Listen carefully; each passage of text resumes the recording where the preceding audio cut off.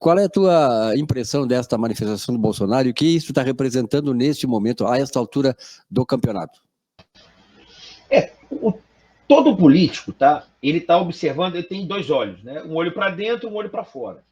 Né? Então, o político do establishment, né? Dessa situação que ele está olhando para o poder que ele vai ter dentro do Congresso, da casa que ele pertence, e está olhando para o povo ao qual vota nele. Eles um bom deputado, só assessor parlamentar, a gente sabe que um bom parlamentar tem um olho para os dois lugares, para dentro e para fora. Então, a gente percebe que apenas essa situação é que pode mudar, né, a direção do país. A gente tem, por exemplo, uma situação muito engraçada, né, que a gente falando isso, tem palestras, a gente fala o seguinte, olha, ao você pensar no julgamento de Bolsonaro, você só tem duas alternativas. Me parece as duas únicas possíveis. Ele vai ser julgado na qualidade de presidente da República ou na qualidade de ex-presidente da República. Eu não consigo ver uma outra opção. Concorda comigo? Ou o Bolsonaro, eu vou considerá-lo como réu presidente ou ex-presidente. E o que é interessante, se nesse processo ele for considerado como presidente da República, ele deveria ser julgado no plenário do Supremo Tribunal Federal. Agora, se ele for considerado como ex-presidente, ao qual ele não deve ser julgado no plenário nem na primeira turma. Tem que ser julgado em primeira instância. Então, se ele for presidente, plenário. Se é ex-presidente, primeiro grau. Ele está sendo julgado na primeira turma, sem nenhuma explicação razoável. Na verdade, ele tem uma explicação, né? Que é oportunizar o duplo grau de jurisdição. Mas não faz nenhum sentido para um cidadão comum, um cidadão de bem. Entendeu? Então, para o indivíduo, tá? Eu sempre falo isso no Jornal da Manhã, diariamente eu estou lá. Assim, por que a direita ela tem muito mais aderência dessas manifestações? Tem um motivo.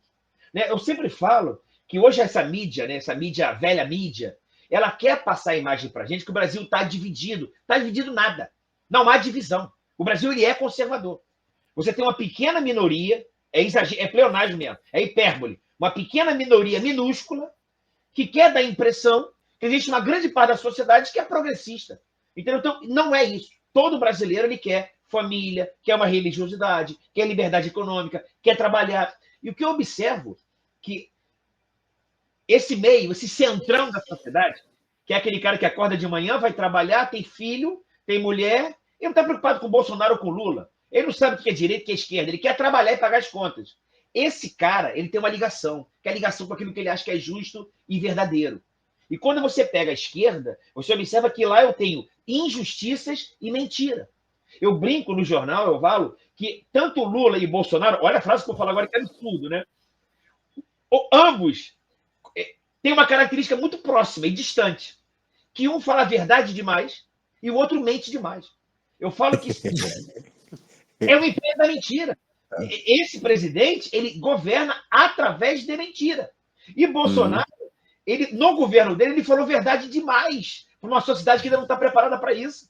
Interessante isso. Né? Aí você pergunta para qualquer cidadão, pergunta para nós aqui da bancada e para a nossa audiência, você prefere uma mentira conveniente ou uma verdade que te dói? Qualquer pessoa quer uma mentira conveniente. Então o cara prefere que mintam para ele. Parece isso. E Bolsonaro ele chocou com verdade. Chocou com honestidade, com sinceridade. Eu brinco, eu chamo de sincericídio. Ele cometeu alguns sincericídios por ser verdadeiro demais. E isso, o establishment, ele não quer isso. Eu preciso manter a mentira. Ao passo dele, como presidente, tem que ser julgado no plenário, ex-presidente julgado em primeira instância. Mas não, nada disso. Eu falar que um pipoqueiro tem que ser julgado no Supremo, o cara não precisa ser advogado, basta que o cara tenha 6 neurônios. Se o cara tiver 6 neurônios, ele vai dizer o seguinte, cara, isso está errado. Eu não posso pegar a dona Jupira, com 74 anos de idade, e meter nas costas dela 17 anos de cadeia. Isso não faz sentido para ninguém que não seja um canalha. Agora, tem um grupo de canalhas, entendeu? Que trabalham com isso. Sem anistia mesmo, tem que ser preso. Quer dizer, são coisas que ofendem um cidadão de bem. E, por último, só para concluir meu comentário, uma coisa interessante, que eu já falei, já tenho até um texto falando sobre isso, a gente erra uma coisa que é o maior barato. Que a gente pensa, tá? Para começar a mudar isso aí, a gente acha que é o presidente que indica ministro supremo. A Constituição nunca falou, nunca esteve escrito, ele nomeia. Olha que legal. O presidente ele não indica. O presidente, ele nomeia. E ele é sabatinado pelo Senado Federal. Olha que interessante. Se o presidente ele nomeia e o Senado sabatina, está faltando um órgão aí para integrar o Poder Judiciário. Sabe quem é? A Câmara dos Deputados. Então, na verdade, se você entender a Constituição como um sistema harmônico, eu não posso ter participação do presidente em duas oportunidades.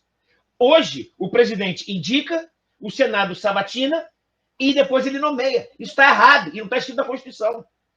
O certo seria quem indica a Câmara dos Deputados, que são os representantes do povo, quem nomeia, quem sabatina é o Senado, que é a casa alta dos estados, e quem nomeia é o presidente, com a única opção de não nomear.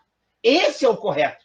Só que todo mundo interpreta a Constituição sem o mínimo de sensibilidade. Peraí, por que o presidente tem que indicar, ser sabatinado e depois nomear? Não é muito poder na mão de um só? Quem tem que indicar é a Câmara dos Deputados, que são os representantes do povo. Isso aí, se alguém falar isso, como eu estou falando aqui agora, você pode ser quase como considerado um fascista, um totalitário, um cara que quer quebrar a Constituição, mas eu apenas interpreto ela de uma maneira racional. E as pessoas vão falando isso, como, por exemplo, princípio da presunção de inocência e prisão.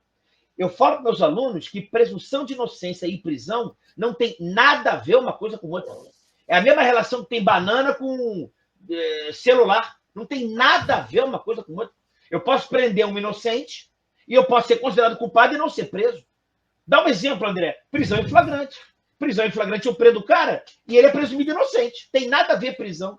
Eu posso condenar uma pessoa a 4 anos de prisão. 4 anos de prisão, não é isso? 7 anos e meio. Se ele for primário, ele não vai preso. Então as pessoas passam a confundir. Existe essa confusão, essa distopia no Brasil e no mundo, mas muito mais aqui no Brasil, essa desinformação com excesso de informação. Eles dão informações demais. Enche você de informação estúpida, enche você de informação inútil e desinforma a população. E assim a gente vai vivendo. Entendeu? Ao ponto de que a gente aceita que o presidente indique o ministro Supremo. E o pior, quando ele indica o advogado dele, entenda, ele não indicou o AGU, não.